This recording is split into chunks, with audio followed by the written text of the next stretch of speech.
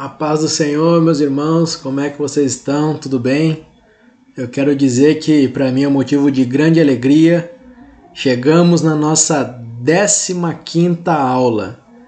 Falaremos hoje sobre o Conselho Mundial de Igrejas. Eu não sei se você já ouviu falar, se você já pesquisou sobre isso, né? Mas hoje eu e você juntos estaremos estudando esse tema tão importante, né? Essa 15ª aula, ela é uma sequência da 14ª aula, onde falamos sobre a mulher que estava montada sobre a besta, né? Que é a grande meretriz. Falamos sobre a grande Babilônia e a queda da grande Babilônia. E agora, então, a 15ª aula falaremos sobre o Conselho Mundial de Igrejas, né? E é um tema muito atual e já vamos então aqui estar começando a nossa aula de hoje. Eu já quero te pedir, né, desde já que você esteja deixando seu like, se inscreva em nosso canal, né, e compartilhe com mais pessoas para que mais pessoas possam ser alcançadas através desse importante estudo, né? Esse tema de hoje ele é importantíssimo, né? Tenha certeza disso. Amém, meus irmãos? Então, 15ª aula, o Conselho Mundial de Igrejas. E a primeira coisa que eu quero começar aqui explicando para vocês é o que seria o Conselho Mundial de Igrejas. Né? Se você for lá no Google e pesquisar Conselho Mundial de Igrejas, essa aqui que vai ser a resposta que você vai receber. Até eu coloquei aqui o site, né, da onde eu estive pesquisando lá sobre o Conselho Mundial de Igrejas, né, está aqui embaixo, né, no Wikipedia. O que é o Conselho Mundial de Igrejas? Está aqui, ó. O Conselho Mundial de Igrejas é a principal organização ecumênica em nível internacional.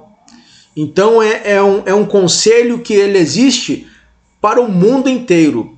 Quando que ele foi fundado? Ele foi fundado em 1948, né? E se você trouxer a sua lembrança, você vai ver que no ano de 1948 foi no mesmo ano que foi fundado a nação de Israel, né? No dia 14 de maio de 1948. E aqui agora o Conselho Mundial de Igrejas, ele foi formado no mesmo ano da criação do Estado de Israel. Aonde que ele foi formado? Na cidade de Amsterdã, na Holanda. E a sua sede fica em Genebra, na Suíça. Pois bem, vamos passando. Olha só, outra coisa muito importante.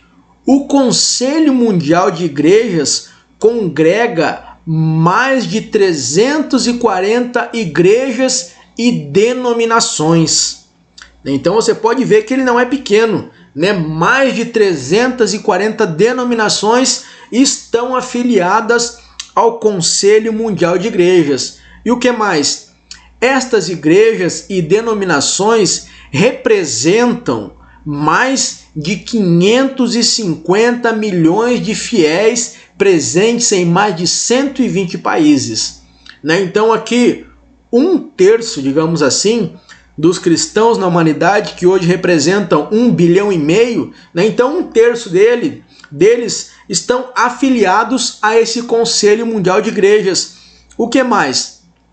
Dentre as igrejas que integram o Conselho Mundial de Igrejas, destacam-se a maioria das igrejas ortodoxas. Tudo isso aqui, meus amados, eu peguei lá do Google. Se você pesquisar, você também vai achar. A maioria das igrejas ortodoxas do mundo, muitas igrejas anglicanas, também igrejas batistas, igrejas luteranas, igrejas metodistas, igrejas reformadas calvinistas, dentre outras, né? Então todas essas igrejas, denominações, né, estão ali dentro dessas 340 denominações que fazem parte do Conselho Mundial de Igrejas. Mas, meu irmão Rodrigo, o que isso tem a ver comigo? Né? Por que você está falando sobre isso? Né? Vamos passar aqui que nós vamos começar a entender. Se você for ver também lá no mesmo Wikipedia, no Google ali, você vai ver que esse Conselho Mundial de Igrejas, ele é muito criticado. Mas por que ele é criticado? E aqui eu já gostaria de trazer para você a primeira coisa. Olha só, lá em Críticas, o que é que fala? O Conselho tem sido criticado por igrejas mais conservadoras, as quais, por adotarem interpretações mais estritas em questões doutrinárias, discordam da abordagem do Conselho Mundial de Igrejas e sua ênfase na busca de unidade das igrejas. O que isso quer dizer? Algumas igrejas, então, aqui está falando que elas não concordam com esse sistema doutrinário do Conselho Mundial de Igrejas. Por quê? Porque o trabalho do Conselho Mundial de Igrejas é formar uma única igreja no mundo inteiro. E agora você já deve ter começado a lembrar da nossa 14ª aula, né? Sobre a grande meretriz, que vai ser uma única religião que vai ter no mundo inteiro. Mas vamos passando.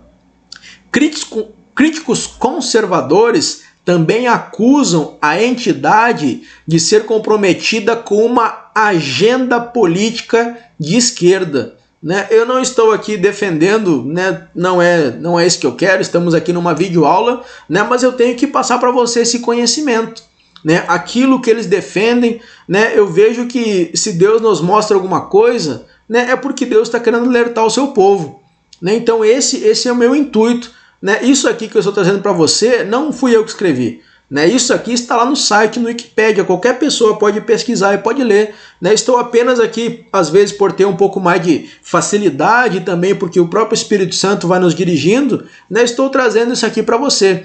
Então o Conselho Mundial de Igrejas, ele tem uma agenda política de esquerda. O que seria essa agenda política de esquerda? Né? Eles estão voltados para o socialismo e para o comunismo, né? E o socialismo e o comunismo, né, os seus princípios, as suas ideologias, nada tem a ver com o cristianismo, né? Muito pelo contrário, né? Eles são um povo que eles repreendem, né? Eles prendem, né? Eles não deixam de maneira nenhuma, eles querem trazer uma prisão, né? E não liberar para que as pessoas possam adorar, para que as pessoas possam cultuar, né? É isso que traz o socialismo e o comunismo, que é pregado em muitos lugares. Então temos que ter muito cuidado com isso. Olha só, outra reportagem que eu trouxe aqui para vocês. Nessa reportagem aqui está da onde que eu peguei, né? Tá lá nesse site do pt.org.br. Você também pode pesquisar aí sem problema nenhum, né? Você pode fazer uma pesquisa breve no Google, você vai ver, né, que em visita ao Conselho Mundial de Igrejas, né, o Lula, né, o nosso aí ex-presidente, né, ele debateu contra as desigualdades. Então, como eu falei para vocês, o Conselho Mundial de Igrejas, ele prega política de esquerda, né? E aqui o ex-presidente Lula, né, ele está lá no Conselho Mundial de Igrejas. Quando que foi isso? Né? No dia 6 de março de 2020, né, o ex-presidente Lula esteve lá no conselho para debater o enfrentamento à desigualdade no mundo. Né? Então, meus amados irmãos, nós temos que ter muito cuidado. Né? As coisas estão caminhando e estão caminhando num ritmo muito rápido. Né? Eu creio que a volta de Jesus não demora nem 10 anos. Né? Por quê? Porque tudo já está se aprontando. Né? Vamos seguindo aqui mais para frente. Olha só, outra crítica que o Conselho Mundial de Igrejas recebe. O Conselho Mundial de Igrejas também é criticado como sendo um adversário do Estado de Israel. Como é que pode, né? Eles são adversários de Israel e tem muitas denominações que estão se aliançando com ele.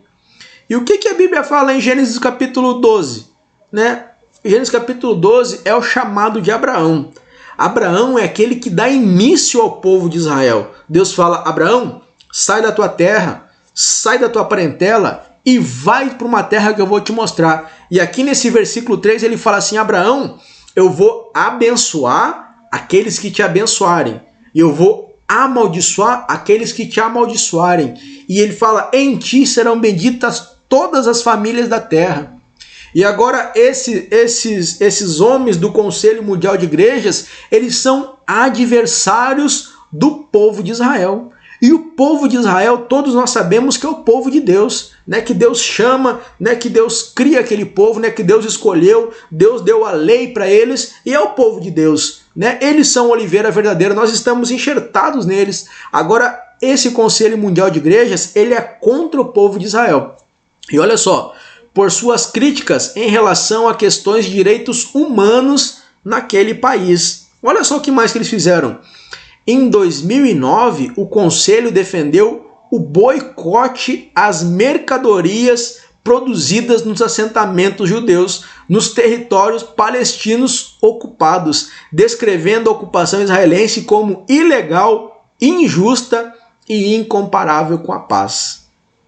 Os irmãos percebem como as coisas estão, como estão caminhando para a volta de Jesus, né? Um Conselho Mundial de Igrejas que tem uma política de esquerda, né, que tem ideologias totalmente contrárias à palavra de Deus. Segunda coisa, são contrários ao povo de Israel, trazendo até um boicote para as mercadorias produzidas em Israel. Né? Esse, né, são as ideologias do Conselho Mundial de Igrejas.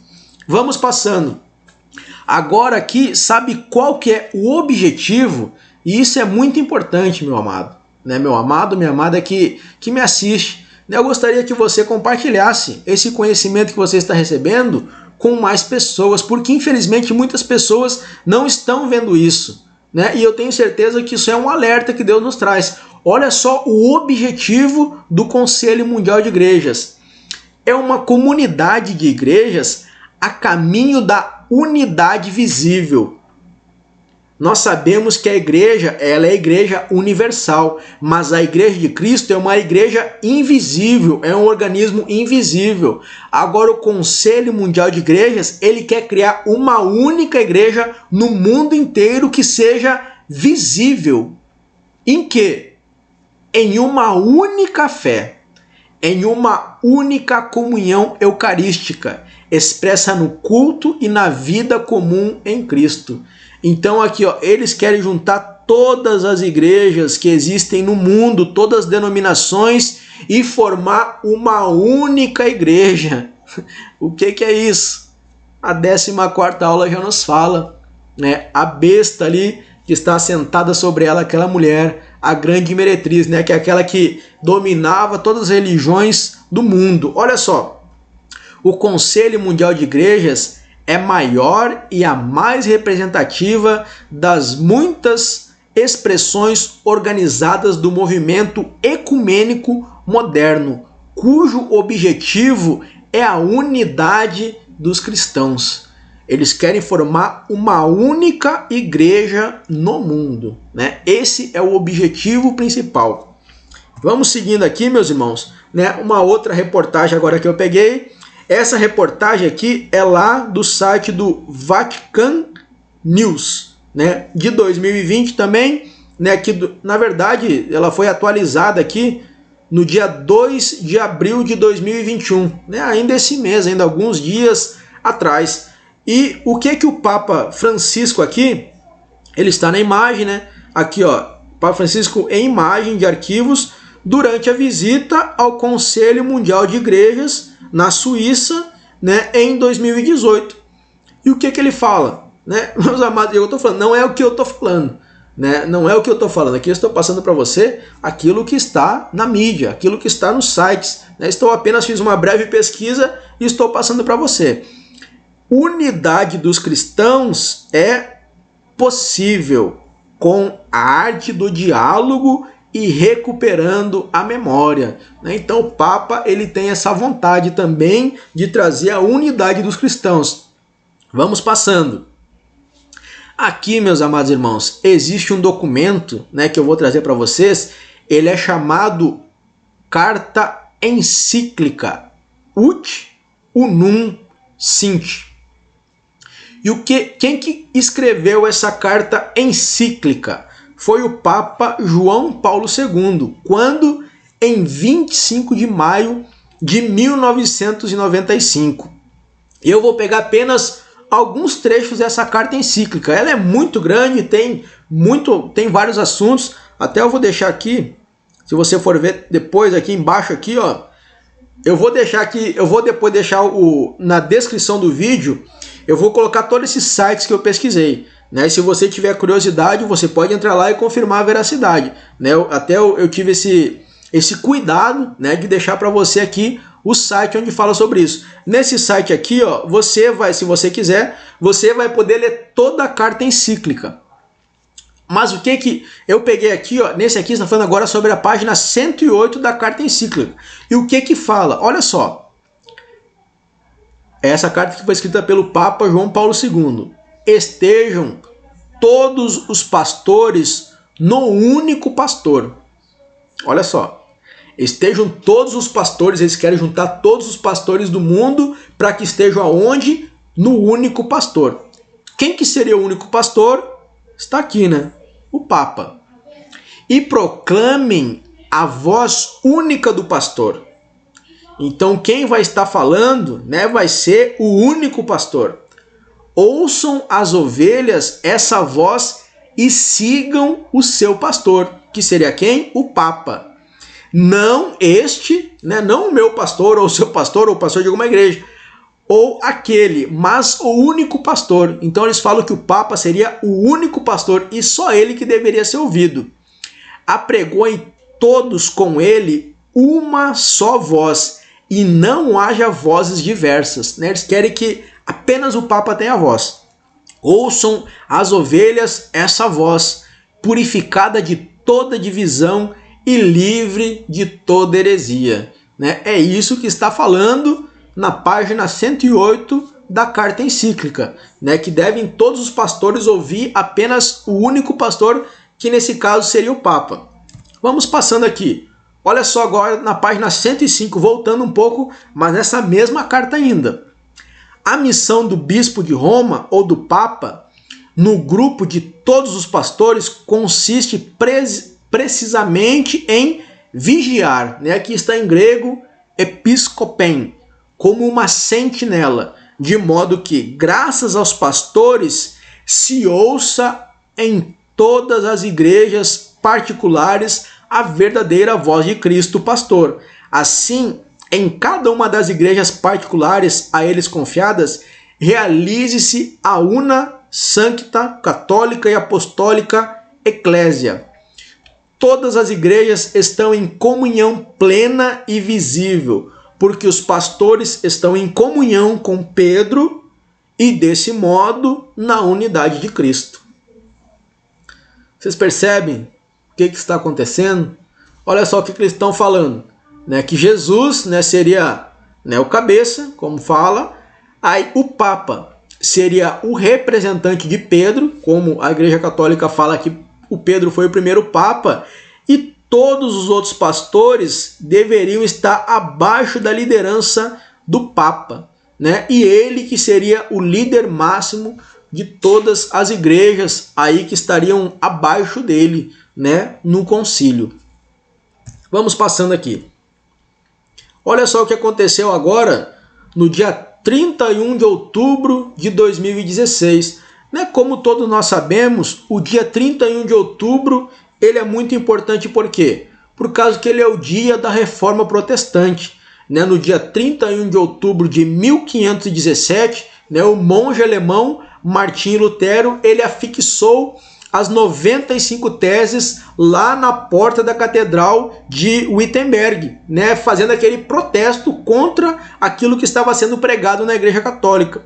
Agora, porém, o que aconteceu no dia 31 de outubro de 2016? Olha só, na Catedral Luterana de Lund, na Suécia, né, o Papa Francisco aqui, junto com o bispo Ionan na esquerda e o reverendo Jung, ou Jung, né, à direita, respectivamente, presidente e secretário-geral da Federação Luterana Mundial, presidiram uma oração ecumênica no marco da comemoração comum católico-luterana da Reforma.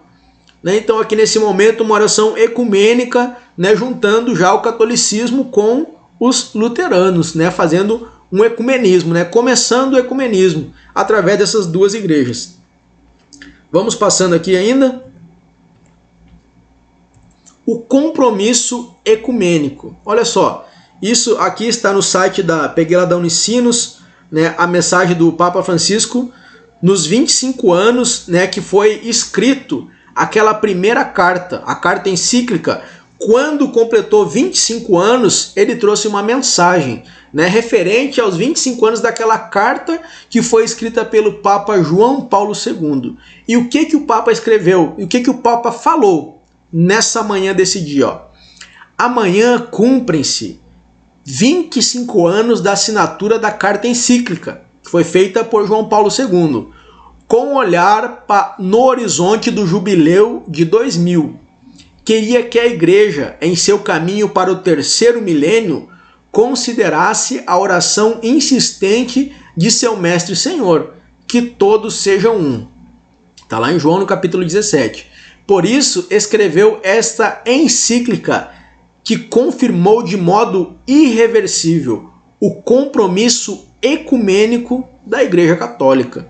Então aqui falando que a Igreja Católica, o compromisso dela é um compromisso irreversível. Isso quer dizer o quê? Que não pode mais voltar atrás. E qual seria esse compromisso? O compromisso ecumênico, né? De juntar todas as igrejas para quê? Para que todas elas, né, sejam apenas uma única igreja, né? Juntando todos ali, todos os tipos de igreja, né? Para que todos façam parte de apenas uma única igreja no mundo inteiro. Vamos passando aqui. Já estou finalizando agora, né? E eu comecei a pesquisar sobre isso quando estava lendo o livro Seitas e Heresias. Né? Esse livro Seitas e Heresias, né? Ele está aqui. Ele é um livro da CPAD, que é a Casa Publicadora da Assembleia de Deus. E eu peguei apenas um extrato da página de número 174 desse livro. Né? Quem escreveu ele foi Raimundo de Oliveira. Ele é um livro ótimo, é um livro excelente. Né? Se você tiver oportunidade, leia, que você vai adquirir muito conhecimento, né, sobre essa parte das seitas e das heresias. Mas olha só o que ele fala lá. E outra vez eu falo, não é eu que estou falando, né? É o nosso pastor aqui, Raimundo de Oliveira. Lá no número 5, olha só o que ele fala. Cremos, né, falando aqui em nome da Assembleia de Deus, porque é aquele que publica os livros da CPAD. Olha só, cremos que o Concílio Mundial de Igrejas, com sua política ecumenista, está sendo instrumento de Satanás para levantar na Terra uma superigreja.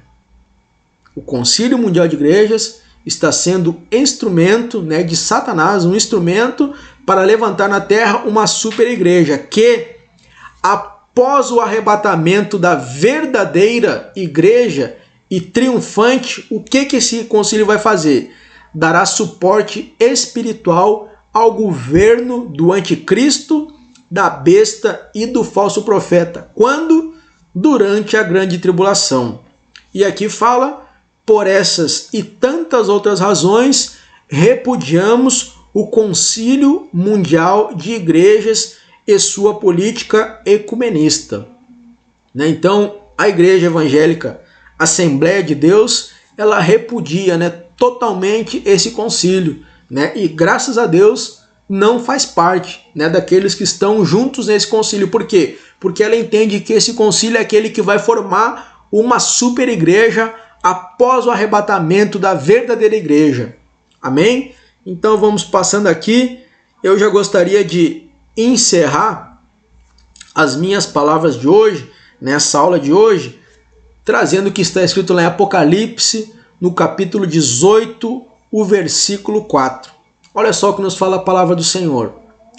Ouvi outra voz do céu, dizendo: retirai-vos dela, povo meu, para não serdes cúmplices em seus pecados e para não participardes dos seus flagelos.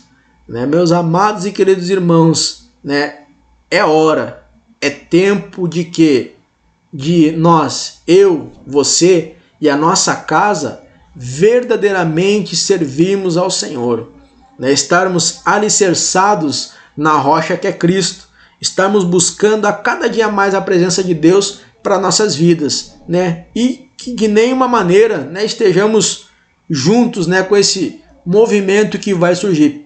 De maneira nenhuma. Pelo contrário, né, que eu e você, que a nossa família, que a nossa casa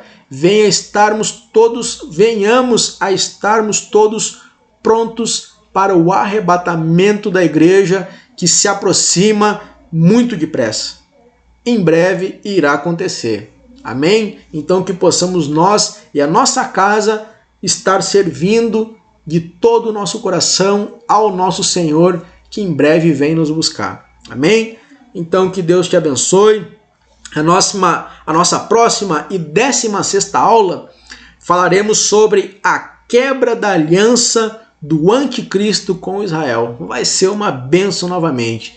Não esqueça de curtir a nossa videoaula, né? Compartilhe com mais pessoas, né? E eu já agradeço a todos aqueles que têm estado junto conosco aprendendo da palavra do Senhor. Amém? Que Deus continue abençoando você, a sua casa e a sua família poderosamente, em nome de Jesus.